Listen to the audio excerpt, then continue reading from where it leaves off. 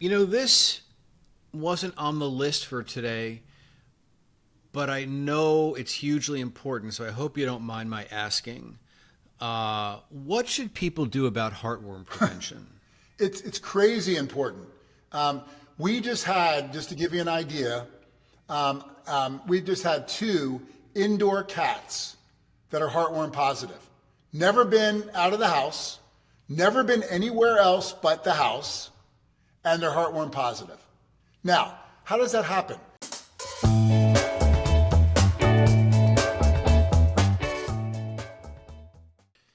Welcome to Pause, Reflect, and Heal. I'm Dr. Randy. I'm here with my good friend, Mr. Mark Drucker, and we are going to do something a little different today. We've had a lot of questions that come across our website, our newsletter, and we're going to take this episode to answer those questions. We hope that we'll cover something that interests you.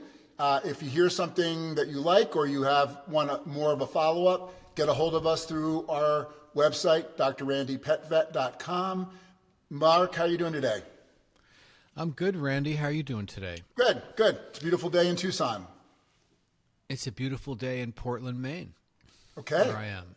Yeah, and gorgeous. So I'm really glad we're doing this. I think it was a great idea, and kudos to you for suggesting it, because as you see a lot of the questions that come into the website and in through the newsletter, I also see them. And what I've noticed, which is not a surprise, is that there are some common themes.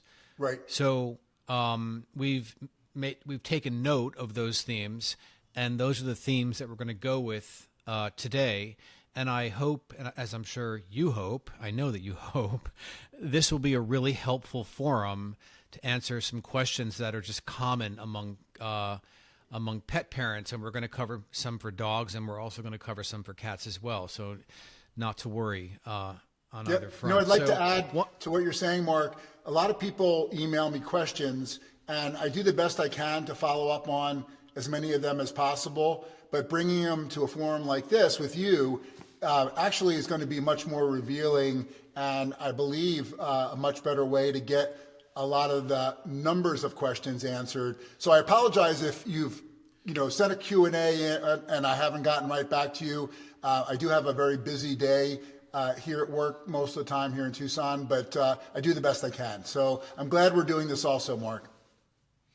Yeah, so let's go and just get right into it. And I'm kind of loving our first question, because it's actually I've seen it come up several times, and it's a problem that I had with my first golden retriever, and that is someone wrote in, my dog is incessantly licking his front right paw.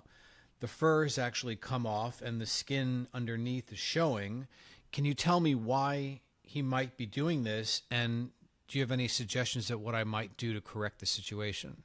That's a great question. I want to say that none of these have been rehearsed for me, so I'm doing a lot of off-the-cuff things, and this is what I enjoy doing. So let's talk about that. So when a dog licks one paw, let's say, in this situation, we worry about something specific that's causing irritation, pain, nerve stimulation in that paw. Often we want to look at all through the webbing and the pads.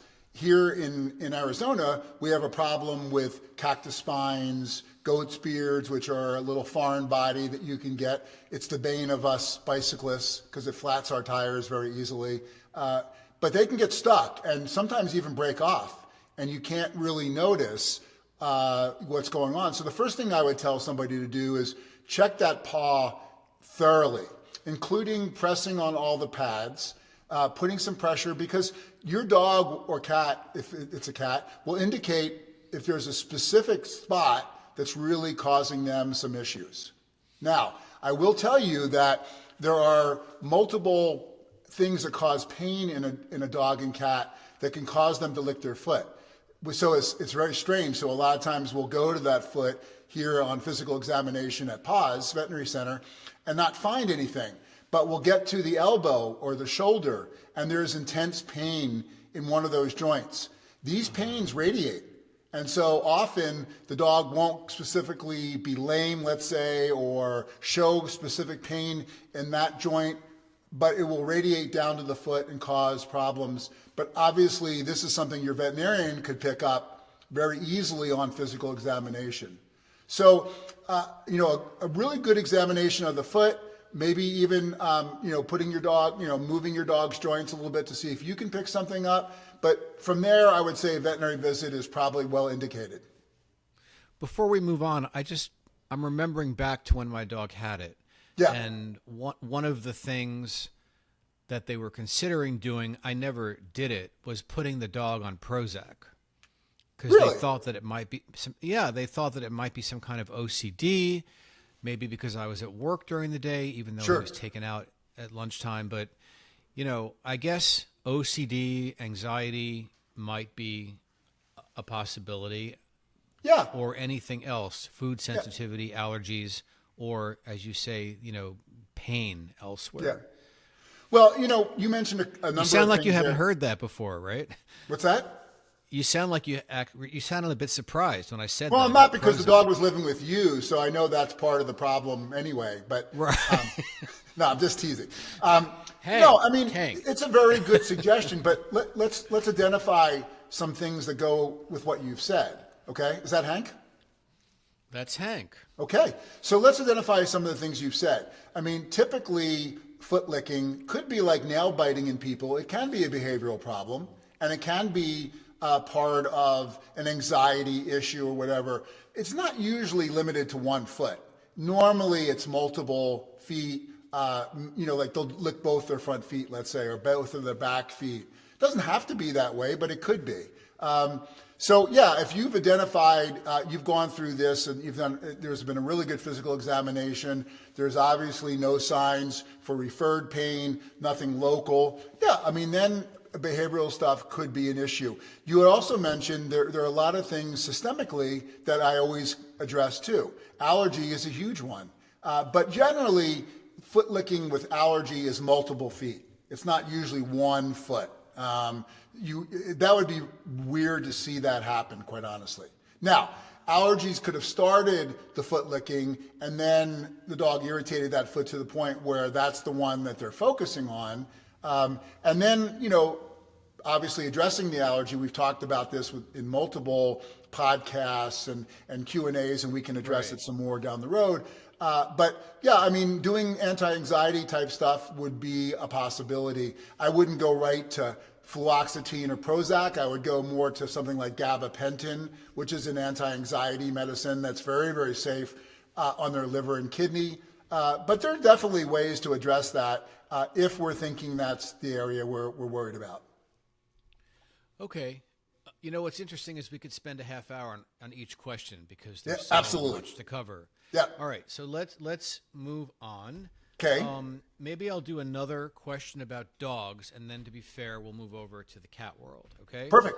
So another question that comes up quite a bit, which I've also experienced, is what's the best way to treat Hotspots? Okay. Well, that's a really good question, and again, can be really have multiple factors to talk about what could be causing it. So let's first describe what a hotspot is. So a hotspot is what we call a pyogranulomatous lesion. Very fancy medical term. It just means that it's red, irritated. Often they're infected and they're thickened because the animal's been, the dog has been licking at that area, scratching at that area incessantly. We want to make sure that we identify what this looks like and what it is. Now, I had a dog just last week that came in for a severe hotspot over its right shoulder. And when I examined the dog and we cleaned up the area, now the people had left this to scab over, which is a bad thing to do because there's no air getting to that skin. And when we got it cleaned up and clipped the hair around it, it was actually a tumor. It was actually a skin cancer. And the people wouldn't have known this. And this is again where sometimes a veterinary exam is really important for these things. But there are multiple things that can get them started on these things. One of the things in your area that we'd worry about is flea allergy. Dog gets bit by fleas, starts to itch and scratch, gets one area started, and we're often running on this hotspot that could easily be a cause. Another thing could be allergies, and we just talked about this. Food allergies, environmental allergies, all of these things can cause our dogs to start to itch. And then, again, create one specific area where they've irritated or excoriated the skin that now gets infected sometimes. And, again, we're often running on this chronic problem. We see, poor grooming. Like a lot of times animals aren't grooming themselves well, or they're not getting groomed, and the hair gets matted, just like I described with this animal with the scab, and there's no air getting to that skin.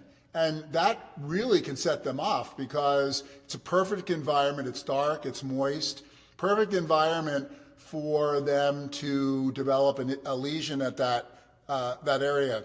And then, underlying skin infections. We do see staph infections. We see Malassezia yeast infections. These are the typical, what we call doggy odor infections. Often I get people coming in, my dog smells so bad. I said, what's it smell like? Well, it smells like a dog. Actually, it really smells worse than that. It's a moist, damp, bad smell.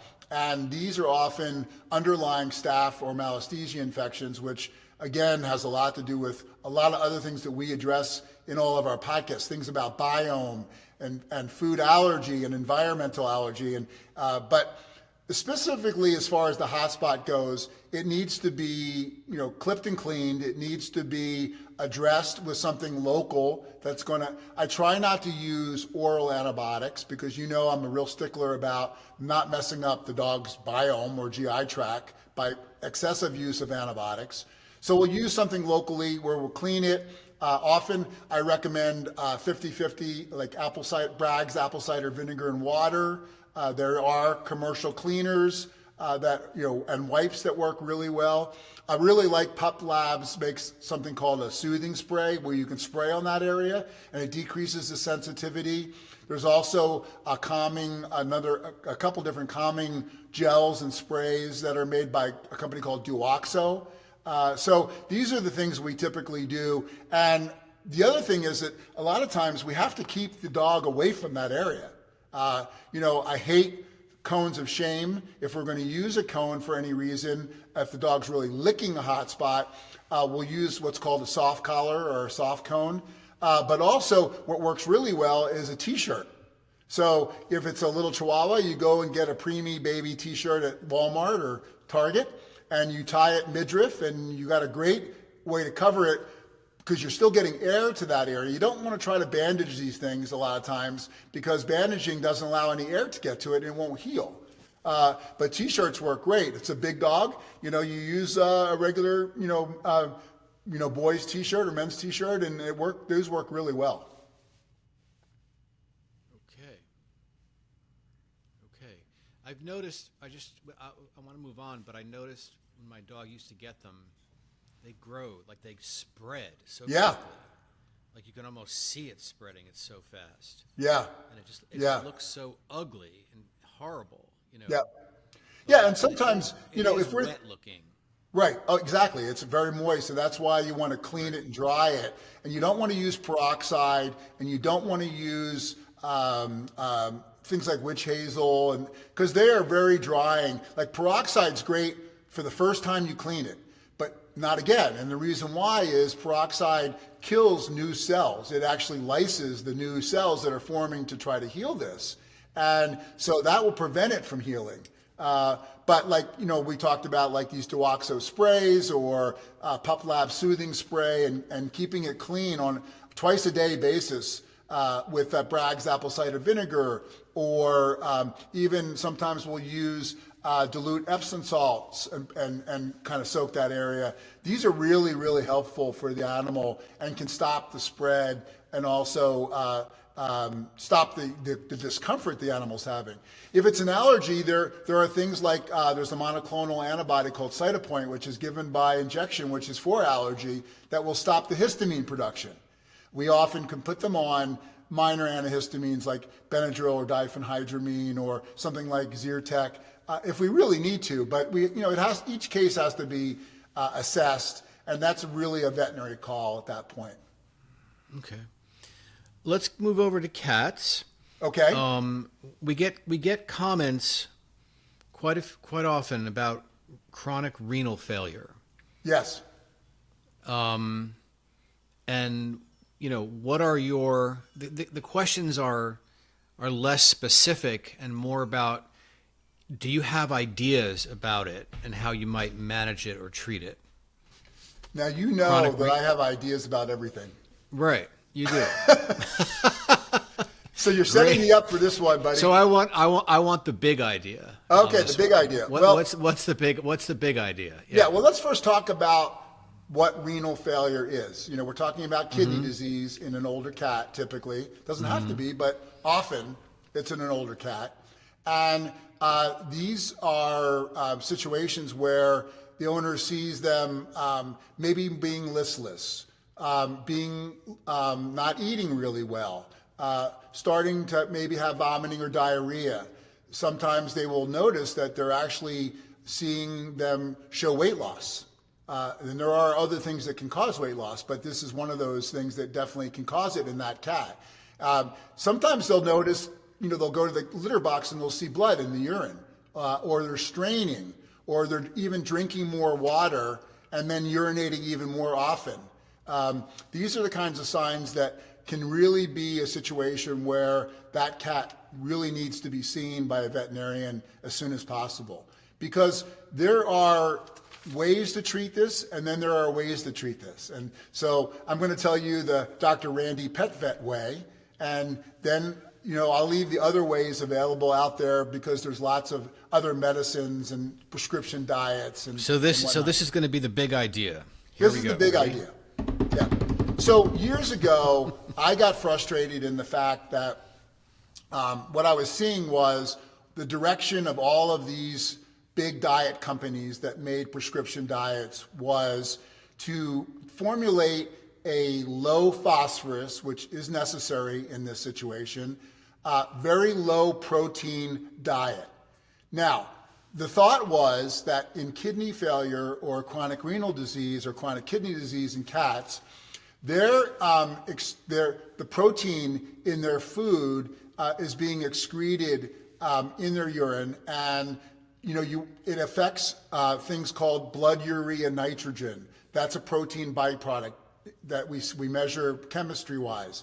Creatinine, which is the really big one, that's the main kidney enzyme. It's also a nitrogen breakdown product. Again, protein. SDMA, which is now something that we can identify early in cats and dogs that will show us that they're heading into a situation with potential kidney disease. But here's what happened, and this is what I saw. My cats would be on these prescription diets, and their numbers would get better, but they would start to waste away. They'd start to lose weight. And the question is, well, why does that happen? And you don't have to be a rocket scientist to understand this. What's happening in kidney disease is the kidney's not holding the protein that they're eating, and it's excreting a lot more protein in the urine. So what happens? If you feed a food that's low in protein, what ends up happening is they start stealing it from their muscle because they have to have the protein to support their body functions. So they look better for 3-6 months, maybe sometimes longer, but not usually. And then all of a sudden, they're losing more and more weight. They're getting more and more lethargic, and the numbers start to skyrocket again. So the prescription diets in my world was not the answer, okay? So the answer to me was, how can we get away with feeding these cats a high-quality, low-carb protein diet and still not affect their kidneys adversely? And the way I do that is actually using 3 supplements. So I go and I have my owners not use kibble type diets, preferably lightly cooked or fresh whole food or freeze-dried raw diets for our cats where they're getting plenty of protein, all of the carbs from the veggies that they need, but not getting excessive carbs, which are inflammatory and just going to create more inflammation in the body and in the kidney. And I add a product called Azodyl, A-Z-O-D-Y-L. It's a refrigerated probiotic that actually binds nitrogen from their diet so that the kidney can the cat can utilize the protein, but we're not getting excessive nitrogen loss. So the numbers, the BUN and the creatinine doesn't get affected. I also use a product called Naraquin, which is a phosphorus binder. It's really almost a natural product. Usually it's made from soft shell crabs and stuff like that. And it actually binds phosphorus so that, again, when phosphorus starts to rise in these cats, it causes irritation to the stomach. It causes ulceration. It causes hyperacidity. And these guys won't eat because they feel terrible. And then the last product I use is called Aminavast, Aminavast. And I use that because that increases blood flow to the kidney naturally. It's called GFR, glomerular filtration rate. And by increasing the blood flow naturally, the kidney can work a little bit more efficiently and handle what's going on. And in early kidney disease, okay, I can really get these cats to thrive, not to lose weight, to feel much, much better, stop excreting all of the protein in their urine, not all of it, but a lot of it, and not having them affect the numbers that we look at, the BUN, the creatinine, and the phosphorus numbers that we really monitor. I just did this exact seminar for 1,000 Japanese veterinarians a year ago to talk about this because there really isn't anybody talking about this. They're talking about how they can get around some of the ideas on the diet, but no one's really got this. And I'll tell you honestly, for years, these cats have been benefiting. Where I would see them waste away at 3 to 6 months, I got a cat that's a year down the road, 2 years down the road, and still benefiting from what we're doing. Now, sometimes, and many times, the kidney's going to get worse, and it will happen, okay? Whether it happens at a year or it happens at 3 years, I don't know. I don't have any way of predicting. And then sometimes we will have to add some actual medication in there that can really help for that situation. But I try not to start it at that rate. And is there an age where this typically occurs, or it's all over the place? It's really more of a senior disease. I would say it is. Cats over 8 years old that start showing the signs that I mentioned earlier. That's when we really start to see it. But we do see, I've had a couple animals recently that have had problems with their kidney. We've actually done ultrasounds on their kidney to look at their kidneys, and we've seen renal cysts, or we've actually seen what's called renocortical hyperplasia, which we're basically getting abnormalities to the kidney. These are probably genetic in some nature. They could be caused by some toxin or some insult that they had that we don't know. But those animals are a little bit harder to deal with because they actually have structural disease that we've got to get on top of also. Mm-hmm.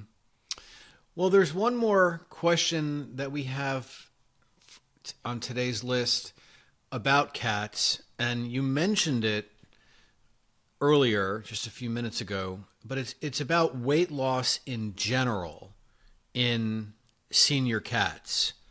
We see a lot of questions coming in about that. So I guess renal failure could be one of the reasons, but there could be many other, yes. I imagine.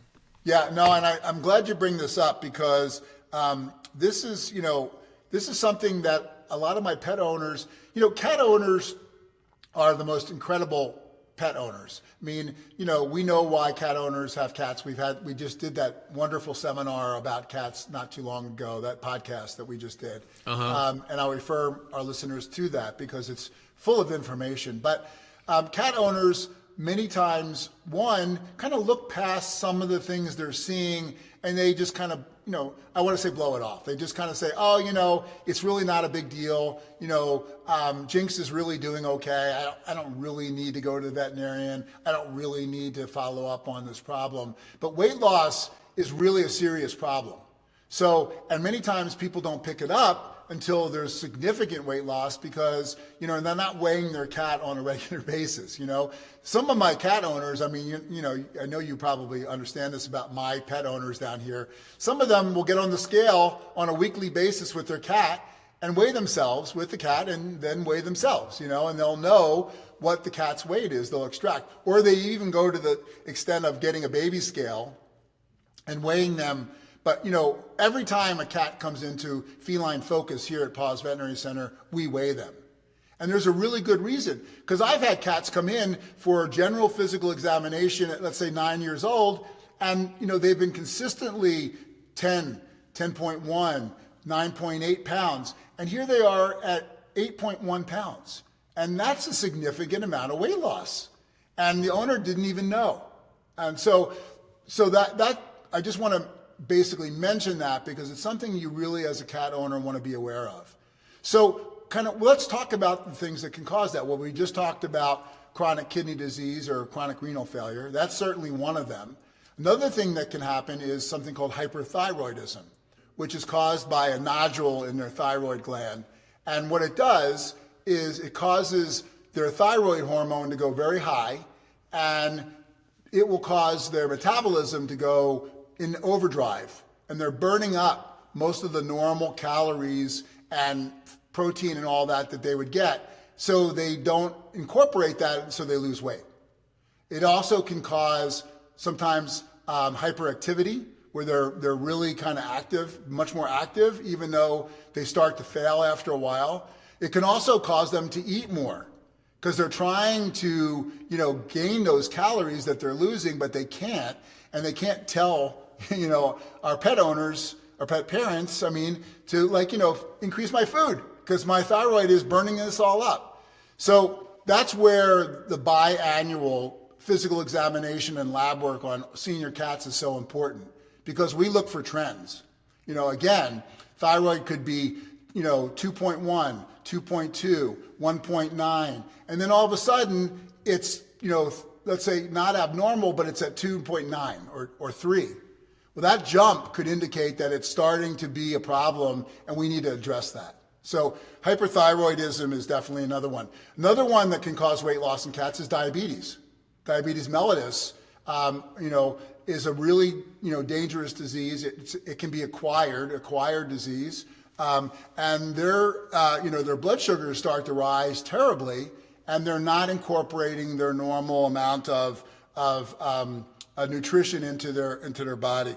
Often they'll be more lethargic. Again, they'll be drinking a lot more water, and those are some hallmarks. So there's some other things that we need to worry about, like dental disease. The cat's mouth could be killing them. We see cats with grade 4 out of 4 dental disease, and the owners don't even know it. But you open the mouth and it smells like trench mouth is what I describe it. It smells like a sewer. It's terrible. And they've got all of these hard calculus and plaque on their teeth, which is pushing up on their gums and retaining bacteria. Also, the number one reason why they get urinary tract infections, because that bacteria just gets sucked up into their blood system, goes right to their kidney and bladder, and we'll see the same bacteria in the mouth as we do in the bladder. So dental disease is another one. Another one could be heart or liver disease, and we see that causing an issue with our cats. Again, a diagnosis that's made by the routine lab work that we do. But the last one, which is interesting, is arthritis or pain. We know that 60% of our cats over the age of 8 have osteoarthritis. Yet many of our owners have no idea. Sometimes they catch the fact that the cat hasn't gone up on the bed recently or doesn't get into its cat tree normally. But on physical examination, we could pick this up and sometimes we'll confirm it with x-rays or radiographs. So all of those things, hyperthyroidism, chronic kidney disease, but then the last one that I'll mention, which is a new one on the horizon, is called small bowel lymphoma. So we are seeing this incredible rise of cancer in cats' small intestine.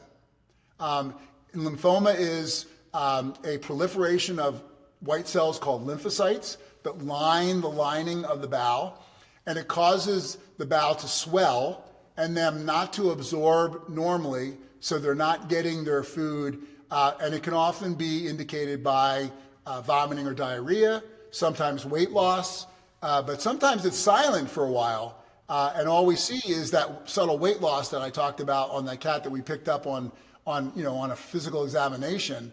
And there is a wonder. I used to have to do endoscopy on these cats, where I'd go in with an endoscope and biopsy their bowel and get the biopsy back and then have the diagnosis.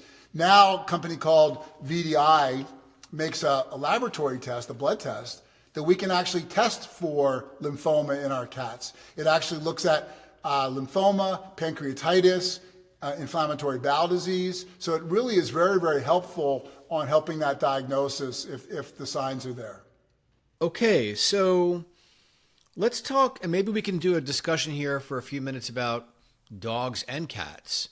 But let's talk about vaccines, because my understanding about vaccines, and this is a question that does come in a lot, and depending on the region they come in from, the region of the country, you get different kinds of questions. But I guess what I take from that is there are vaccines that are universal that your pet has to have, rabies, for example. But there are other vaccines that are lifestyle oriented. So if you're living out in the desert, you might get one set of vaccines. If you're living in a woodland setting in New England, it might be something different. I'm just thinking, for example, leptospirosis on the West Coast or in the western states, in the mountains, in the desert. And I'm thinking Lyme disease, for example, in the Northeast. So let's talk about that. And a question that I hear oftentimes is titer. So let's talk about vaccines. Let's talk about titer and how to address this in your pet. Good question. It's pretty encompassing. So I'll try to keep it concise. There are what we call the core vaccines for dogs and cats. Okay? Mm-hmm. So the core vaccine for dogs is distemper, parvovirus, and adenovirus. It's often called DAPL. I mean, there's a bunch of combinations. Lepto is added to that, but there's definitely some core vaccines. But distemper, adenovirus, and parvo are the core vaccines that we typically look at here in Tucson, Arizona, and many places in the United States. The other core vaccine is rabies. Rabies is a deadly disease in humans. It can be, deadly for our animals. It's out there, and we know it's out there, so it's an issue. Those are typically the big core vaccines. Here, we do a lot of something called upper respiratory or Bordetella vaccination. The reason that we do that is kennel cough is very, very big. We do have a lot of places where people board or do daycare, and we don't really want, or grooming, and we don't want that to spread. So that's often a vaccine that a lot of people ask about. And then you mentioned some of the subsidiary vaccines are things like leptospirosis, let's say, or Lyme's disease, or even some of the flu vaccines. And these are pretty specific for areas that you are in the country, and I would leave that up to your veterinarian to tell you what's most important. We do have leptospirosis in Tucson. We don't see it as often, but like in your situation, you're going to hike in the mountains with Hank. Leptospirosis is probably a really good idea because it's spread by, cattle basically being near water. The water gets infected. We also have it spread by a lot of avian species where there's bird droppings or rabbit pellets, and the animal gets exposed to that or water that has it, and it can be very, very damaging for the kidney. So those are the vaccines that most people talk about in dogs. Now, we are huge titer advocates here at Paws Veterinary Center, here at Canine CoLab, here at Feline Focus, where we have titers for cats too. We'll talk about, but a titer is basically a look at how protected your animal is to those vaccines. So years ago, we found Kansas State University. They had a wonderful laboratory that looks at titers, which is the measure of protection for distemper, adenovirus, parainfluenza, so parvovirus, and then also for rabies. So we started advocating in the dogs that have gone through their normal puppy series, that after the first year or so, let's not vaccinate them right off the bat. Let's look at their titer and make sure they're not already protected. Because like anything else, if the dog is protected for distemper, adenovirus, or parvo, why would you want to put a vaccine on top of that they don't really need? They're already showing protection in their body. The same thing goes for rabies. We often will advocate rabies titers. Now, this is controversial, and I will tell you that a lot of, like here in Pima County in Tucson, they won't license a dog with a titer. They will only license a dog if you've given them a vaccine, which is really strange, Mark, because here's the deal. If you go to Hawaii or England, which are rabies-free zones, they will not let your dog in without a titer. So they don't care how many vaccines Hank's gotten. They want to know that Hank is protected. And if Hank has a protective titer, he gets in. So why wouldn't we be in the situation where if we're licensing our animals, we utilize a titer and we can license them from that titer? The question lies, is it a money thing? I don't know. I'm not even going to get into that whole world. But we do titers here. But if the dog has if they show up and they have titer, then there's no need to vaccinate. Correct. At that moment. But yeah, so is it like, okay, come back in a month, come back in 6 months, let's do this again, or they're good for another year? Yeah, we do it a year. A year. That's it. Now. Okay. And I guess I have a... Go ahead. Go ahead, sorry. No, I have a question as a pet parent. I'm particularly concerned with Lyme disease. And so I had my dog vaccinated for Lyme, and it was two shots, a shot and then a booster, 3 weeks apart. And I guess the question I have is if the dog then gets bitten by a deer tick that's infected, is the dog protected now that he's had that vaccine, or is he still vulnerable, to being exposed and getting sick from it? I mean, how well? I guess how well Yeah, are they it's not protected? 100%. I mean, it definitely confers protection to them. I mean, there's no doubt about it.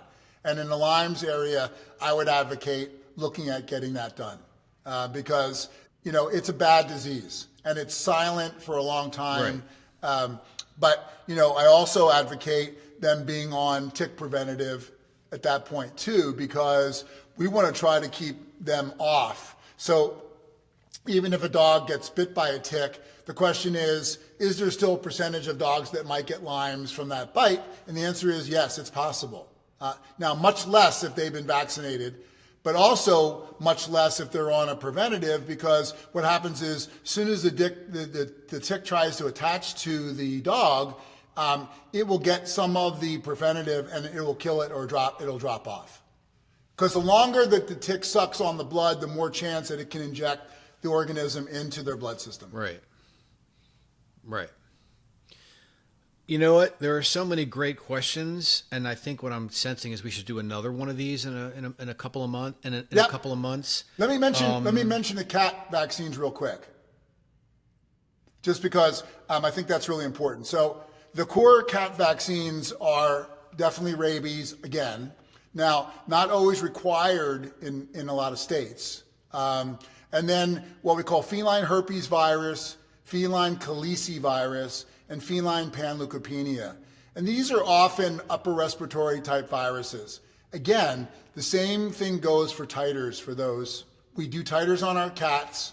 We often find for most of the cat's life, and sometimes forever, that they're protected and they don't need the follow-up vaccines after they've gone through the kitten series and maybe past the first year.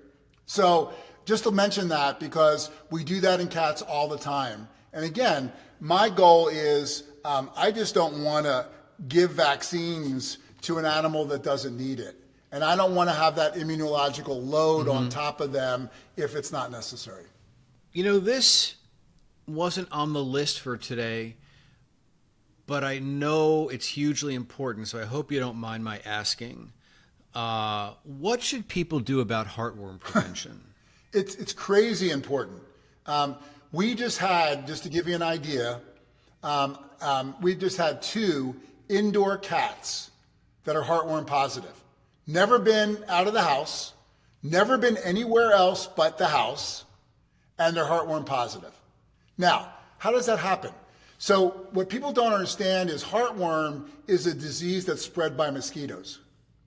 A mosquito picks up an organism from an infected animal, whether it's a dog, whether it's a cat, whether it's a coyote, and they will have that organism in their system.